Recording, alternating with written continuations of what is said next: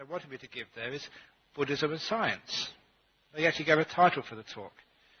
And as soon as I got that title, I thought, that's a good one for this evening, because about a month ago, I think, I was invited to the West Perth Observatory as part of the centenary of Federation celebrations in WA.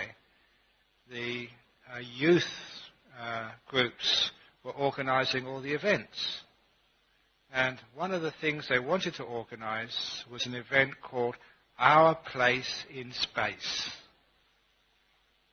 But even though that was the title of the event, the meaning of the event was to try and find out whether the future would be a future which followed science or would follow religion. To see how those two so-called contradictory approaches to life would pan out into the future. And so there was a couple of religious representatives. I was representing the Buddhists. There was a teacher from St Hilda's School representing the Christians. There was Jamie Biggs, the state astronomer, and there was another PhD candidate from UWA, about to get a PhD in physics, who was representing the physicists. What they didn't know, of course, was that before I was a monk, I was a theoretical physicist. So I knew what they knew, and I knew what Buddhists knew as well. So it was a bit unfair, but I had really good fun there.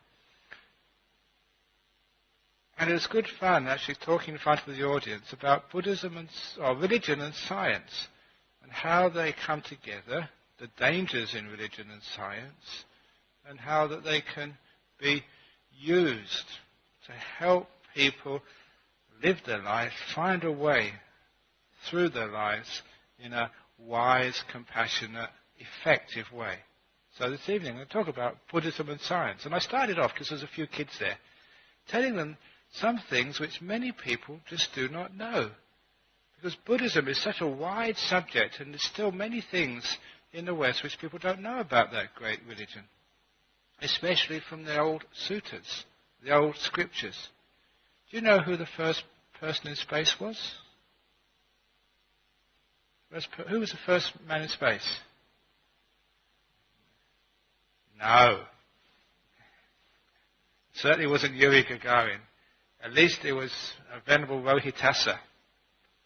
Because I think you all know that if you really get your meditation together, you can levitate.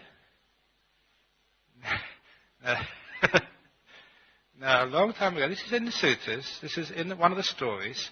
There's no reason to disbelieve it, because there was a hermit who, living alone in the jungles, in the forest, developed his meditation and learned how to rise into the air and fly. Now, this particular hermit, he wasn't just an ordinary levitator. He was a very skillful, one of the best levitators that have ever been, because he decided that he could go so fast, they said faster than an arrow. He decided to try and find out where the universe ends. So one day he decided, off he went. And he went for many, many, many years. Could never find beyond solar systems, into deep space, using the power of the mind to be able to do this. And sometimes people say that's just belief, that's just not real fact. And later on I'll mention a few facts which show that could and probably was real and possible. The thing was, he went, they say, for many, many tens of years and died on the way, never finding an end to the universe. And being reborn in one of the heavenly realms, he went up to the Buddha and actually told his story. In the previous life, as a hermit, he'd been levitating and went forever and ever and ever and died on the journey. First, monkonaut, not cosmonaut, astronaut, hermit-naut, whatever you call it. And died on the journey. And that's where the Buddha actually said to him, you stupid hermit, that's not where you find the end of the universe. The end of the universe can be found within you. Same as the beginning of the universe. He was the astronaut. What was showing was an answer to one of the questions which so often people ask of Buddhists. Well, who do Buddhists believe created this universe? They're asking a scientific question, the origin of this universe. And because of the fact that Buddhism is founded on meditation, and that meditation can reveal many, many things, especially deep memories of the past, the monks, nuns, ordinary meditators, they can get to such great meditation that not only levitate, but they can remember previous lives. And many people can actually do that. As I've mentioned here, if ever you have a very deep meditation, you're very, very peaceful, very deep inside, very still. And when you come out afterwards, if it is a deep meditation, have incredible energy afterwards. You won't be able to go to sleep.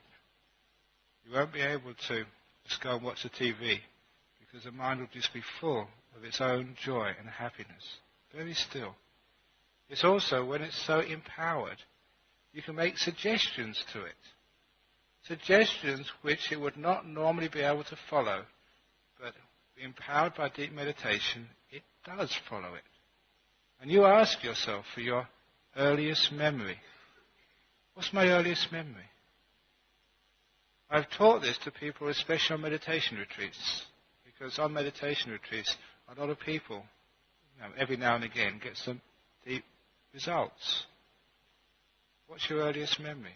And they get memories of times when they were, first of all, babies.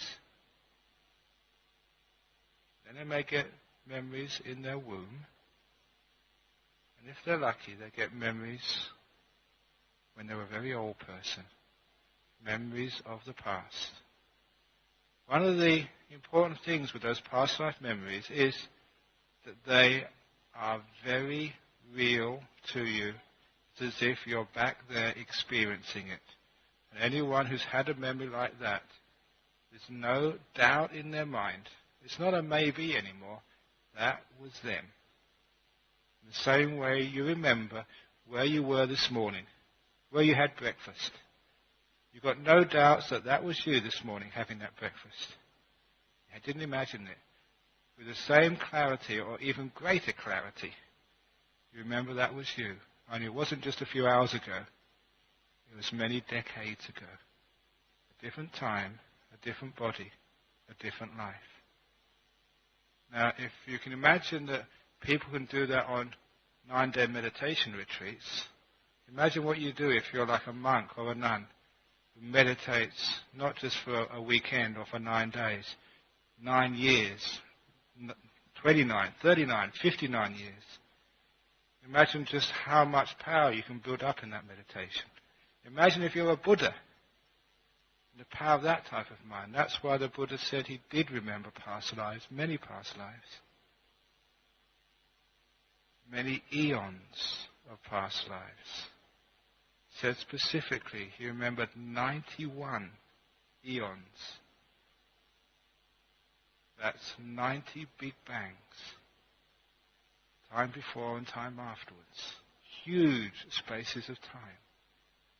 And that's why that when he said about not just one universe, but many universes, we're not talking about parallel universes like some scientists say, we're talking about sequential universes. Always beginning with what they call sangwati and viwati. This is part of the unfolding of the universe and the infolding of it, beginnings and ends. They even give a measure of the time for a universe. Because I was a theoretical physicist, because my areas of expertise were the very small and the very large. I liked fundamental particle physics and also astrophysics. Those are the two parts which I liked the most, the big and the small. And so I knew actually what they meant by the age of a universe and what a Big Bang was all about. The age of a universe is somewhere around, the last time I looked in the journals, was somewhere around 17,000 million years. Sometimes it changes to about 10 or 13 or 18, but somewhere in that order. In the Buddhist sutras, they say about 37,000 million years is a complete age. So 17 or 13 or 20. When I told that to Jamie Biggs, the state astronomer, he said, yeah, that's in the ballpark. Jamie Biggs, the state astronomer, he said that's acceptable. What certainly isn't acceptable is the person who was actually convening that was Verity James. And she made a joke about that in 100, 200 years ago, Christianity said it was only about 7,000 years old, which is completely out of the picture. But what we're actually saying there is that there is a cosmology in Buddhism, 25 centuries ago, which you don't have any problem at all with modern physics. Even to the point of what they say as world systems, galaxies. You know the word they use for galaxies is wheels. Wheel systems, they call them. This is Pali. And if any of you have ever seen a galaxy, there's actually two types of galaxies. A spiral galaxy, which is Milky Way is one of those. You've seen the little spiral, like a wheel? And the other one is the globular clusters, which is more like a wheel with a big hub in the middle. But wheels is a very good way of describing galaxies. And this was by someone 25 centuries ago who did not have telescopes. They didn't need them, they can go there themselves. So there's a lot of interesting stuff in the old sutras. Even for those of you who like weird stuff, sometimes people ask, they actually asked this question at that meeting. Do Buddhists believe in extraterrestrial beings, in aliens? Would that really, suppose there was like an alien landed over here, would that really upset the very foundation of Buddhism? And actually, that when I was reading through these old sutras, 25 centuries, I actually found one in there. Very, very small, not an alien, but a sutra which said that there are other world systems with other beings on them. With other suns, other planets, and other beings on them. That's directly in the Anguttara Nikaya. I can find it for you if you're ever interested in that. On that occasion at the West Perth Observatory, one of the people at question time, they put their hand up and they said, why is it, they said, that when I look through a telescope, I feel that my religion is challenged? It was a Catholic Christian who was a very honest lady, who was saying that she felt scared when she looked through a telescope, because what she was seeing out there as fact sometimes did not meet with what she was told in her books. As a Buddhist, you don't need to be afraid.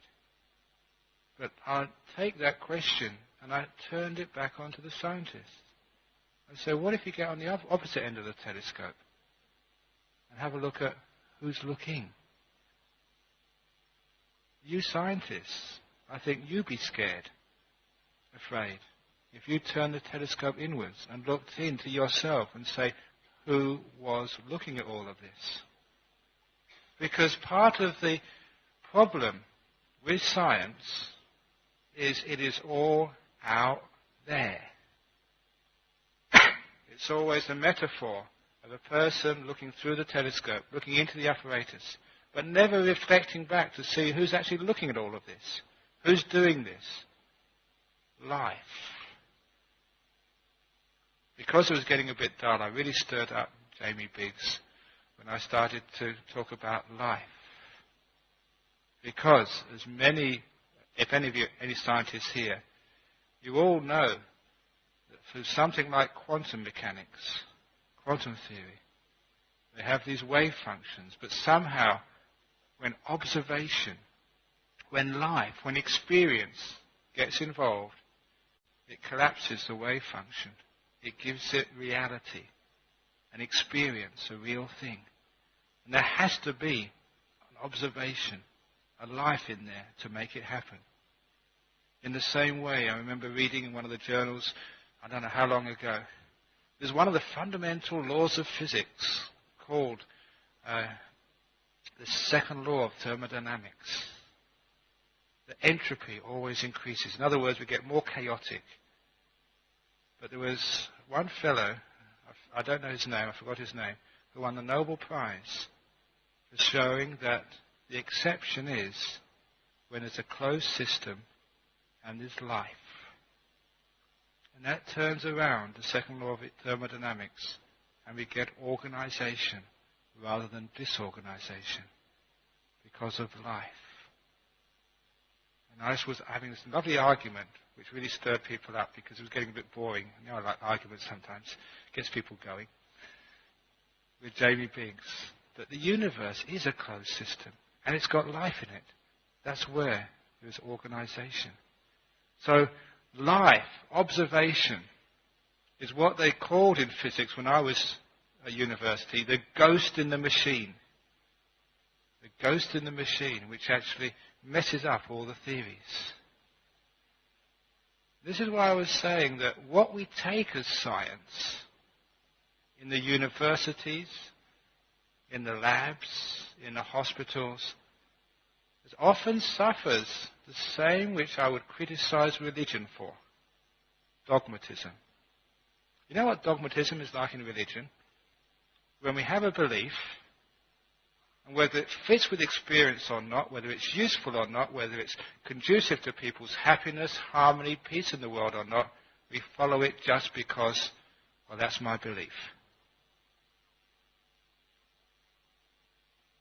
Just following beliefs blindly, dogmatically, is just a recipe for violence, for suffering, for everything. One of the beautiful things about Buddhism, which encouraged me to be a Buddhist when I was young, and which keeps me as a Buddhist, was that questioning was always encouraged. And you did not need to believe. Even to the point that in one of the tales from the time of the Buddha was giving a teaching to his chief monk, Venerable Sariputta. And this was one of those stories which is central to the very ideals behind Buddhism. And after giving this teaching, he turned round to his chief monk, this famous, wise, second in charge, basically, and said, Sariputta, do you believe what I said? And Sariputta, without any hesitation, said, no, I don't believe it, because I haven't experienced it yet. And the Buddha said, well done, well done. That is the attitude which I want to encourage in all my disciples. Not just believe it, but to keep the open mind until you've experienced it. Now that goes against that dogmatism, that fundamentalism, which you don't just see in religions, but you see that in science as well.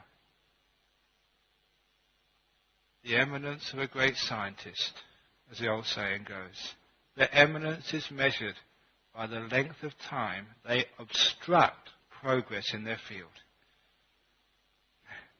The more famous they are, the more prominent they are, the more their views and ideas are taken to be gospel truth, the more they stop other people challenging them and putting forth a better truth. The way of Buddhism is if you find a better truth, use it. There was this old story in the time of the Buddha about these two people who went looking for some sort of goods or treasure in a town which had been abandoned. And they found, this is an old story straight from the books, they found some old hemp. And so they decided to make a bundle of that hemp and carry it away because they could sell it when they got back. So the two of them make a big bundle of hemp. And then they came across some hempen cloth. One of the guys said, no, what do I need the hemp for? Hempen cloth is better. And the other guy said, no, this is already well bound up. I've carried this for so long already. I'll keep my old lump of hemp. And then they found some flax. And then they found some cotton. Then they found some cotton cloth. All the time the guy who was carrying the hemp said, "No, it's already okay for me." Then they found some silver, and then they found some gold. And each time, one of the guys would always change what he had on his head for something better. But the other guy kept his old bundle of hemp. And when they got home, they said the guy who had carried the gold, he said, was very popular with his family. And the guy who carried the hemp did not please either himself, his family, or anybody. It was a simile which the Buddha gave of why don't we change our views, our ideas, when we see something better. You know why we don't do that? Because it's called attachment. It's called self. This is my view. We don't really want to change. We feel comfortable with the old views even though we know they are wrong. Sometimes our image is bound up with those views, like a scientist is bound up with their achievements, what they've seen so far. And this is the problem called dogmatism. Sometimes, when I say about levitation, some people say, well, that doesn't exist. That's just theory. Wait till you see someone. Even if you saw someone levitate, even if the 3 monks here were just raised up about 2 or 3 feet, wouldn't that be good? Sorry, we can't do that in public. It's against our rules. Even if we did, it would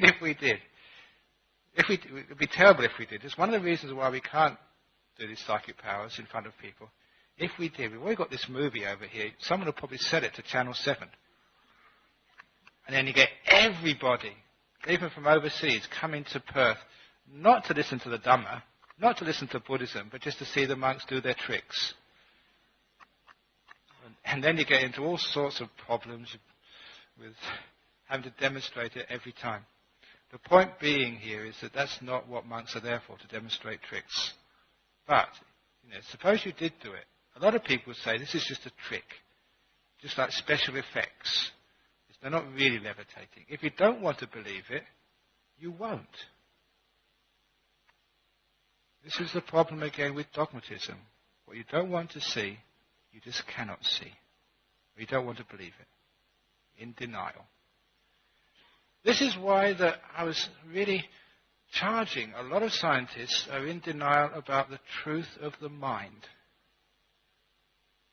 And you've all heard me say before here, and I've mentioned this in this seminar over here, because this is one of the easiest, well-known, or should be well-known, cases which really challenge modern science.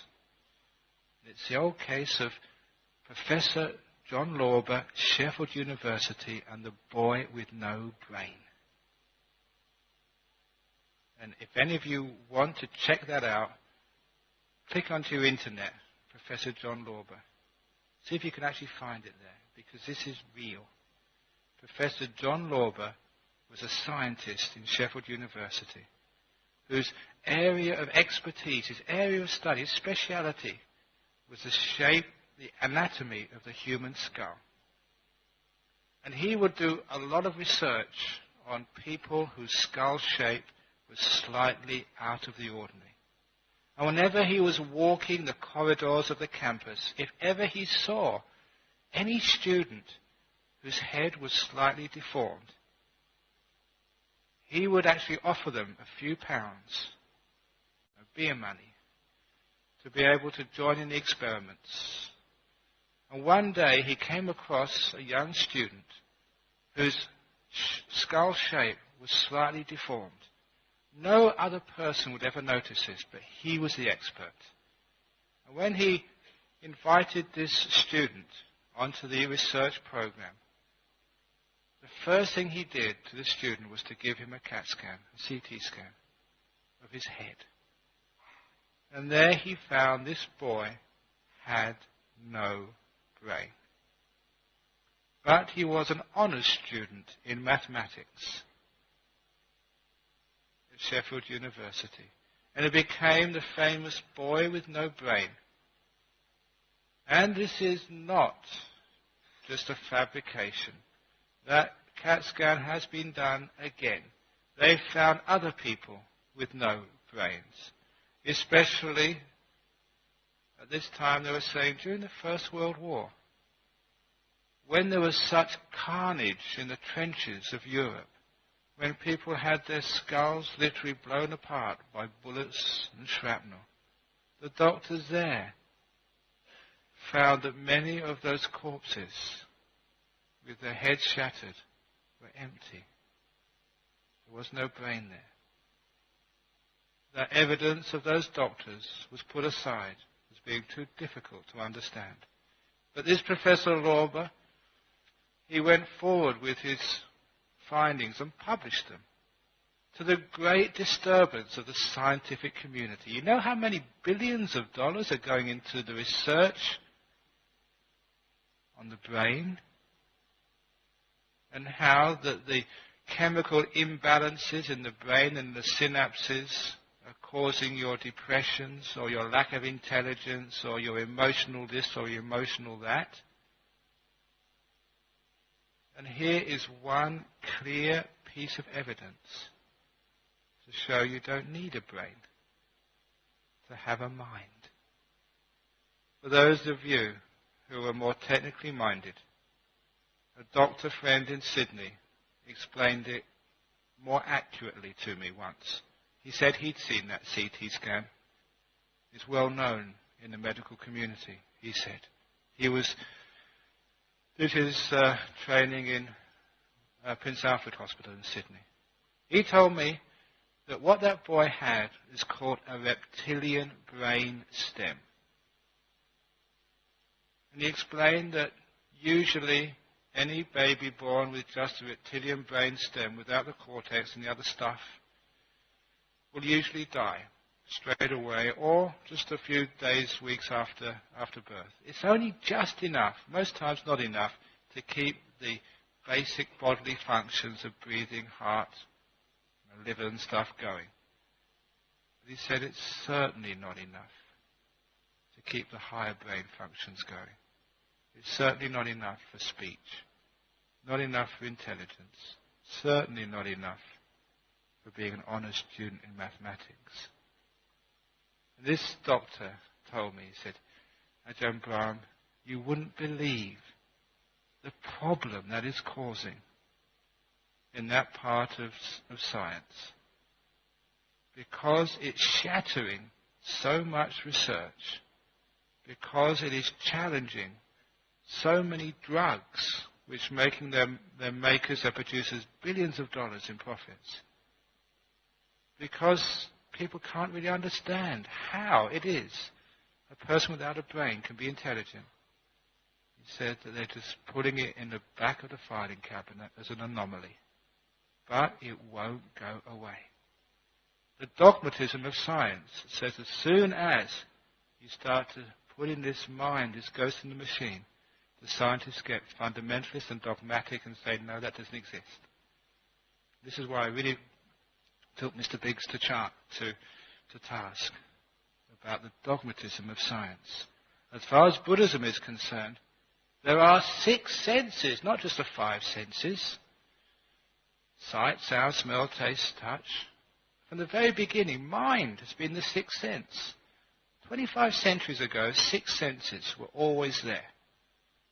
And that 6th sense, from 25 centuries ago, this is not just changing things to keep up with science. This was there from the very beginning. That 6th sense, the mind, is independent of the other 5 senses. In particular, that mind is independent of the brain. That's why, if you volunteer for a brain transplant with me, you take my brain, I'll take your brain. I will still be Ajahn Brahm, and you will still be you. Want to try it? If it was possible, it would happen. You will still be you. The reason why is the mind and the brain are 2 different things. The mind can use the brain, but it doesn't have to. Today I was giving a funeral service this afternoon. You all heard of out-of-the-body experiences. These out-of-the-body experiences have been put on a solid scientific foundation. That's why I said this is It's a scientific fact, out-of-the-body experiences. I like to stir people up by saying that. That's a scientific fact. Out-of-the-body experiences exist. Recently I saw a researcher from Southampton University Medical School presented a paper in the US stating that consciousness survives death. He said, don't know why it happens, how it happens, but he says it does. And his evidence were people who had out-of-the-body experiences in his hospital when they died on the operating table. One of the things which they found out, one of the scientific facts is to have those out-of-body experiences, you have to be dead. Only those people who had medically died floated out of their body. And this fellow in Southampton University, I forget his name, he investigated, interviewed many, many patients, and the information which they gave him, as a cool-headed scientist, said, yeah, those people were conscious during the time they were dead. Especially what was very convincing was that they could actually describe through the doctor the medical procedures which were done at the time they were dead. They could describe it as if they were looking at their body from a position above the table. He said, how that happens, he can't explain. Why it happens, can't explain, but the evidence proved to this hard-nosed doctor it does happen. He was repeating some work done by Dr. Raymond Moody in the United States earlier. How could that happen? How it happens if we agree that the mind has nothing really much to do with the body. Brain doesn't need to be there to have a mind. The scientific facts are there. The evidence is there. But a lot of scientists don't like to admit those facts. They don't like to draw the obvious conclusions because of dogmatism. If you had one person who was medically dead, who could describe what was being said, who could describe what was happening to them, to the doctors, as soon as they came out of anesthetic, wouldn't that be pretty convincing? You know, when I was doing elementary particle physics, there was one theory which required for its proof the existence of what was called a W particle. And the cyclotron or synchrotron or something in Geneva, they did a huge research project bashing atoms together in one of these big atom smashers to try and find one of these W particles. They spent literally hundreds of millions of pounds on this project. And they found one. Just one. I don't think they've found one since. And once they found one W particle, the people involved in that project all got Nobel Prizes for physics. They proved this theory by just finding the one W particle. And that's good science. Just one is enough to prove. But when it comes to things we don't like to believe, just one experience, one clear, factual, undeniable experience, they call anomaly. Now, anomaly is a word in science for something you can put in the back of a filing cabinet and not look at it again. It's just because it's changing our worldview, changing what we want to believe, threatening our dogma. The point is that that evidence is there. And if one admits that evidence, if one has a scientific method, the scientific method is that the theories have to be abandoned in favor of the evidence, the facts. And that theories, what we call sacred cows in the West, have to be abandoned. If you see something which challenges every theory in science, you have to not just ignore the facts, you have to change the theories. That's also in Buddhism. All the Dhamma of the Buddha, everything he taught, if it does not fit experience, you should not take on the Buddha's words in contradiction of experience. That's Kalama Sutta, where the Buddha said, do not believe just because it's said in the book, so even if I say it, don't just believe because it's tradition, or because it sounds good, or because it's comforting to you. Make sure it fits your experience. The existence of life, of mind, if you look carefully, fits experience. The facts are there. However, sometimes in this age we cannot trust the experts. You cannot trust Ajahn Brahm. You cannot trust the scientific journals because people are biased sometimes. Buddhism gives you that scientific method for yourself.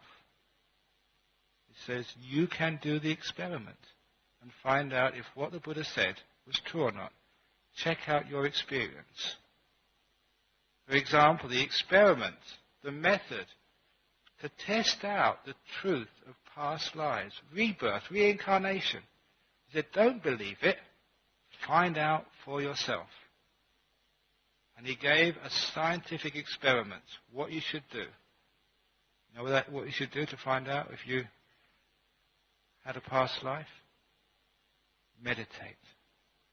I don't mean just meditating just to make yourself calm and get rid of stress. I mean really meditate, deeply meditate.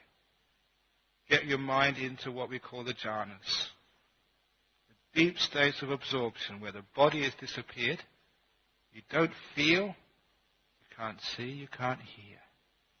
Absolutely inside the mind. No thoughts, but perfectly aware, blissed out. If you get into one of those jhanas, and the method, the instructions for the experiment are very clearly laid down, even in my little book, The Basic Method of Meditation, all the steps are there.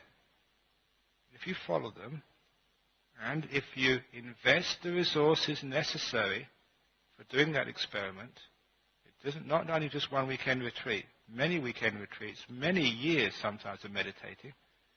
If you want to follow that scientific method, after you've gone into a jhana and you emerge afterwards, if then you ask yourself, my earliest memory, you can go back and you will remember. And you will see for yourself the experience of past lives. Then you will know, yeah, it's true, because you have seen and experienced for yourself. If you want to understand the law of karma, which is part of Buddhism, karma, is that just a theory? Or should you believe there's a God up there who decides whether you're happy or whether you're unhappy? Was it just chance? Everything which happens to you, your bare happiness or suffering in life, your joy, your pain, disappointments, is that deserved? Have you done that? Or is it someone else's fault? Or is it just chance? You know, whether we're rich or whether we're poor, whether we're sick, whether we live to an old age or a young age or whatever. Why? You can find that out for yourself. Experience the law of karma, again, through that deep meditation. When the Buddha sat under the Bodhi tree at Bodh Gaya, those were the two knowledges, they say, he got before full enlightenment. The experience of the truth of rebirth. The experience of what karma is all about. Not theory, not thinking, not something you discuss around a coffee table, but deep experience. And also the experience of the nature of mind. All the religions in the world start talking about a soul, except Buddhism, a self, an essence of all being, a person, a me. And this is one of the deepest of questions to answer. The ghost in the machine. What is that ghost? Is it a soul? Is it a being? What is it? When the Buddha said there's no one in there, he never meant that to be believed. He meant that to be experienced. He said this is a scientific fact. There's no one inside of you. But, like any scientific fact, it has to be re-experienced, each one for themselves. Pachatang veditabo vinyuhi. Many of you chanted that in the puja just before I came in. Basic, fundamental, scientific Buddhism to be experienced each person for themselves. You keep an open mind. You don't believe there's no self. You don't believe there is a self. Both are dogmatism. Well, you take that open mind and you do the experiment. The experiment of sila, samadhi, panya. Virtue, meditation, insight. Basic Buddhism. Do the fundamental experiment which the Buddha did under the Bodhi tree. Repeat it and see if you get the same results. The result is called enlightenment. Many men and women have repeated that experiment over the centuries. That's where we get the enlightened arahats from. They're ones who've done the experiment and found the result. That's why the Buddhism always has been a scientific way of finding out for yourself the truth of these things. On the way to enlightenment, which might feel a long way for you, there's also the scientific way of finding out what most people are interested in. Happiness. What is happiness? A little party trick for you.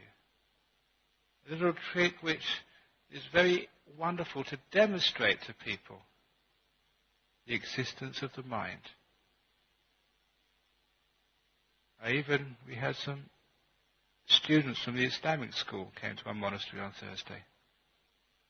I was trying to teach them some Buddhism. I asked them, are you happy? Put your hands up if you're happy now. Oh, you're all miserable. One person, that's all. Come on. Are you happy? Okay. All those people who put their hands up saying they're happy, with your index finger, can you now please point to their happiness? Can you point to their happiness? Can you give it coordinates in space? That's science. Hard, isn't it, to locate happiness? Even when you're depressed. Have you ever been depressed? Next time you're depressed, with your index finger, point to it. Where is it? You know why you cannot locate depression or happiness? You cannot give it coordinates? Because these things reside in the mind, not in the body, not in space, in the mind. And the mind is not located in space. That's why after a person dies, they become a ghost. Ghosts can appear all over the world immediately. Sometimes people ask, how can that happen? How can a person who dies, say, in New York, appear in Perth immediately? Because the mind is not located in space. That's why. In the same way you cannot point to happiness. You cannot point to depression. But it's real. Were you imagining that happiness? Do you imagine depression? It's real. You all know that. Because it's part of the mind. The mind is. It's not in the brain. People have no brains. It's not in the heart. You can take out your heart and have a false heart. Or have somebody else's heart. Transplant. You can transplant the whole body.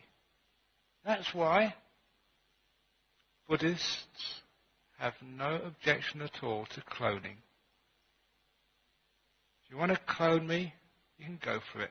But don't think that if you clone Ajahn Brahm, that you'll be able to have an Ajahn Brahm who goes to Singapore this evening, and another one who stays here for next Friday night's talk, and one who can stay in the monastery, and one who can go to Sydney, and one to Melbourne.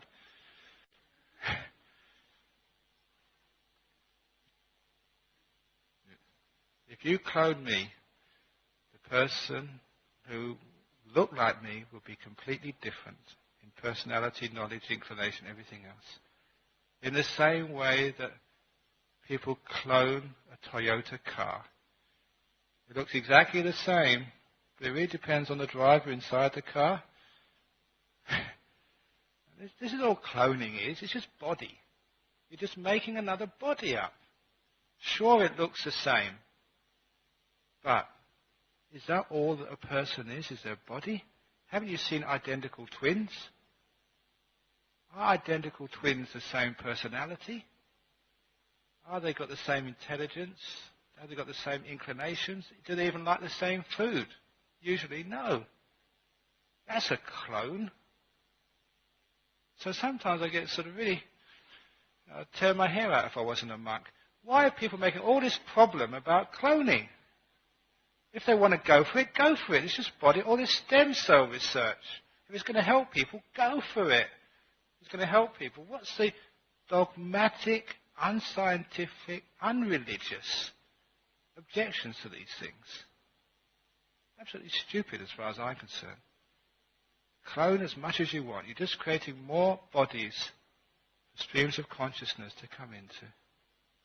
Where those streams of consciousness come from, their past lives. Who knows? You'll never get the person you expect. If you've got Einstein's brain, apparently there's a movie about that or something. If you get part of his DNA and you clone a new Einstein, he will look the same. He won't be half as clever, I guarantee. Stem cell research. That's not a being there. The being hasn't come in yet. In Buddhism, they say a being descends into the mother's womb at any time from conception until birth. Sometimes it doesn't go in there at all. One of the cases of rebirth, those of you who want to look scientific evidence of rebirth, Professor Ian Stevenson, he spent his whole life putting rebirth onto a scientific basis. If it wasn't for the fact that people just do not want to believe in rebirth, he'd be a famous scientist now. His University of Virginia, he spent a couple of years as a visiting fellow of Magdalen College in Oxford. This is not just some weird professor. He's got all of the credentials. He was actually, his research was funded by the wife of the founder of Xerox. Gave him all the funding for this. I don't know if Xerox to do with reproduction or reincarnation. It's really weird, but these things do happen. But anyway, he found one case, very clear case of a person who remembered their past lives with no way of gaining that information from any other source except that that person was him in a previous life. Only that person died, his previous life died, only a few weeks before he was born. I wondered, all those other months that fetus was in the womb, who was it? As far as Buddhism is concerned, the mother can keep that fetus going, her sort of stream of consciousness. But when another stream of consciousness enters, then it becomes the new person. And that was one case where that stream of consciousness entered the mother's womb when the fetus was pretty well developed. That can happen. That's part of Buddhism 25 centuries ago. The stream of consciousness doesn't enter the mother's womb, stillborn child. Heaps of evidence about that. That's why that when a Buddhist looks through a telescope, they're not scared. They're not scared of science. Because science is an essential part of Buddhism. If science can disprove rebirth, then Buddhists should give up the idea of rebirth. If science disproves non-self and shows there is a self, then all Buddhists should abandon non-self. If science proves there's no such thing as karma, but there's a big God up in the sky, then all Buddhists should believe that. If it's provable. Buddhism has no sacred cows. However, I encourage you to do those experiments. I bet you will find out there is no one in there.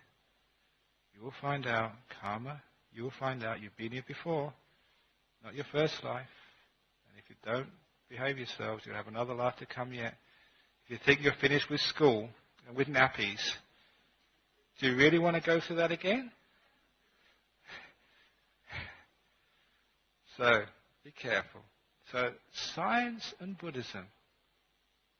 I think that Buddhism is pure science, which doesn't stop with out there, but which also includes the mind, the being, the ghost in the machine, and doesn't make any anomalies. Picks everything inside, looks at it scientifically, especially with experience, and it's incredibly successful. One of the reasons why people celebrate science is because of all of its achievements in technology. One of the reasons why Buddhism is growing these days, because of all of its achievements in the technology of the mind. How it solves problems, how it explains mental difficulties, and how it succeeds in solving those inner problems in the same way we celebrate science because it has all these great gizmos which actually work. You try some of these Buddhist gizmos. They work. They solve your inner suffering and pain. That's why Buddhism is growing. I think that Buddhism will supplant science. Buddhism and science. Thank you very much.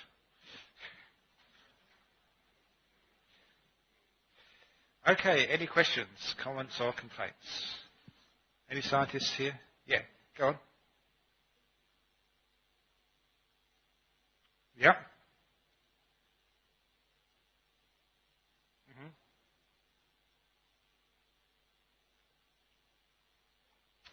How can the tranquilizers work on a person? I recently read an article in one of the magazines that the not so much a tranquilizer as a Prozac. Somebody compared Prozac to placebos and found that placebos work just as well. One of the reasons why such things work is because of belief, confidence. If you're sold this amazing project, this snake oil, that it works, why was snake oil so popular? Why do people swear by snake oil? Because it worked. Because people believed. One of the medical experiments which was done not so long ago, some doctors in the US treated people with bad knees. They had arthritis or very serious problems. They could see it on the x-rays. One of these doctors, I don't know how he got away with this, but this was reported. He put them under general anesthetic, made an incision on their knee, and they immediately sewed it up again and put them back in their beds. Never telling them that all they did was make a scar and sew it up afterwards. They did nothing else. They got everyone to tell the patient that the operation was successful. They should recover. And the patient did recover. Not once, but many times. The placebo effect. They saw the scar, they'd been through the anesthesia. They would never believe that the doctor would just do the cut and then nothing else. And they got better. And this was actually reported, not once, but many times. How did that work? Mind and belief. Where does belief live in the mind? Faith. Why is it that whether it's a Buddhist or a Christian, if they believe so much, they actually do get cured? You don't have to be a Christian, a Buddhist, it happens as well. Power of the mind is huge. That's what happens. A lot of those things are belief.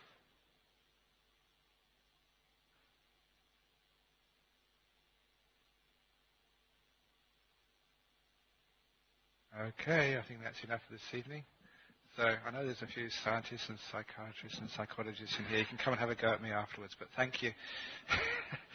Thank you for listening to this. Again, what I said, don't believe it. Just please experiment and investigate this for yourself. So if you don't take those antidepressants and you get even worse, please do not sue the Buddhist Society.